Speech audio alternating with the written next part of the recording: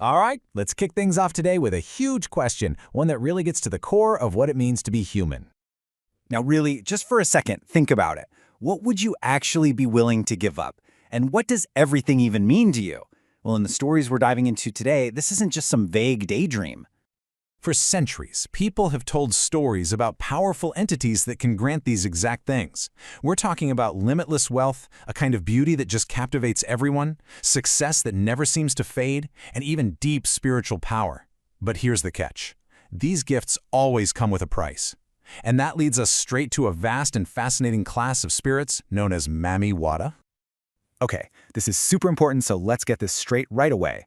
Mami Wata is not a single mermaid, which is a really common misconception.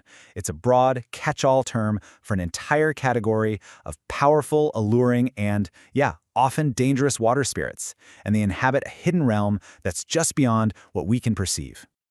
So, what is this world actually like? Well, you can forget any image you have of some dark, murky underwater cave.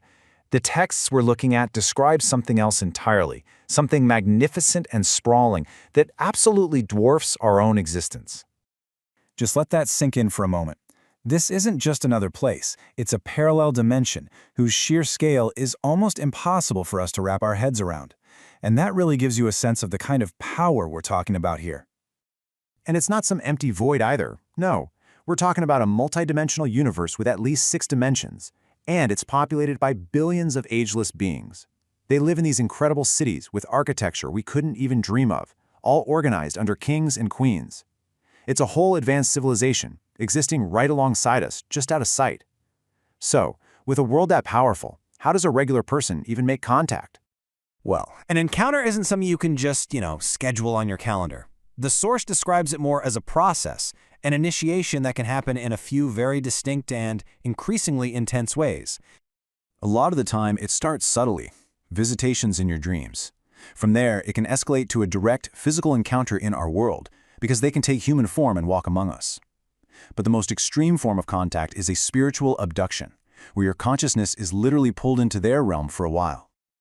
Okay, so that raises a huge question, right? If these incredibly powerful, beautiful beings can disguise themselves so perfectly, is there any way at all to tell them apart from an ordinary person? Well, according to the text, there is one very, very strange tell. It's known as the fish test. The idea behind it is that a being whose entire essence is of the water cannot consume creatures from its own domain. It would be a kind of spiritual cannibalism, and their physical body, even a disguised one, will just violently reject it. And this just shows you how stark the difference is. For a human, you eat some fish, no big deal. For a spirit in disguise, we're talking immediate and severe sickness, vomiting, hives, swelling, the whole deal. So, okay, let's say contact is made. You've confirmed it. What's next? Well, that's when you get to the bargain. This right here is the absolute core of the whole relationship. It's not just a deal, it's a covenant. In fact, it's often described as a spiritual marriage. It is a lifelong pact with incredibly high stake. So here's the trade-off, laid out plain and simple. On one side, you've got the promise. Everything we talked about, the money, the success, that irresistible charm, protection from your enemies. But on the other side, there's the price, and it's a big one. You must remain sexually faithful to this one spirit for your entire life. And you can never, ever tell another living soul about your arrangement. That bond has to be totally secret, totally absolute. And you really need to understand the seriousness of that promise. This quote from the text says it all. These spirits are described as intensely possessive and jealous. Their favor might feel like a gentle breeze, but if you cross them, their wrath is like a hurricane. This is not a pact you can afford to break. So, a connection this powerful, this volatile, it's not something you can just wing. It has to be managed. It requires very specific, very consistent rituals to honor the spirit and to keep that flow of blessings coming your way. And it all starts before you can even begin. You have to be spiritually clean. The text is really emphatic about this. You cannot approach these powerful beings while you're still carrying the energetic dirt of the mundane world. And the process is very specific. It involves getting special cleansing soaps or bath salts like hyssop and then bathing with them for 7 days straight. During that entire week, it's mandatory to completely abstain from sex and any intoxicants. The whole point is to reach a state of total purity. After that initial purification, the relationship is nurtured through offerings. And again, these are not just random gifts.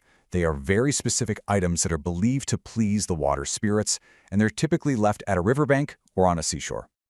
And if you look at the list, it all kind of makes sense, right? You have items related to beauty and vanity, like mirrors, combs, and perfumes. Then you have things that represent purity, like white candles and white flowers. And of course, symbols of wealth, like silver coins. Sweet drinks are also common, but always non-alcoholic. But because you're messing with such immense power, protection is absolutely key. The source material mentions other rituals, sometimes involving things like a white rooster, not as an offering, but as a way to ward off other negative forces that might be attracted to your newfound power. It is a very dangerous world to be navigating. So, after all the rituals, all the promises, and all the warnings, what is the ultimate day-to-day reality of this pact? What does it truly end up costing you? This chart really does a good job of visualizing the new balance of your life. The pact becomes all-consuming. That relationship you have with the spirit, that's your new 90%. And all those things you wanted, the career, the wealth, they suddenly become that tiny little slice that's left over. And how long does this arrangement last? One lifetime. The commitment is absolute. There are no early exits, no renegotiating the terms. Once that pact is made, you are in it for the entire duration of your natural life. Which brings us to our final question. By trading your worldly freedom for this otherworldly power, have you found some kind of shortcut to success and spiritual evolution? Or have you simply traded one set of problems for a gilded cage, however beautiful and shiny it might be? That's something to think about.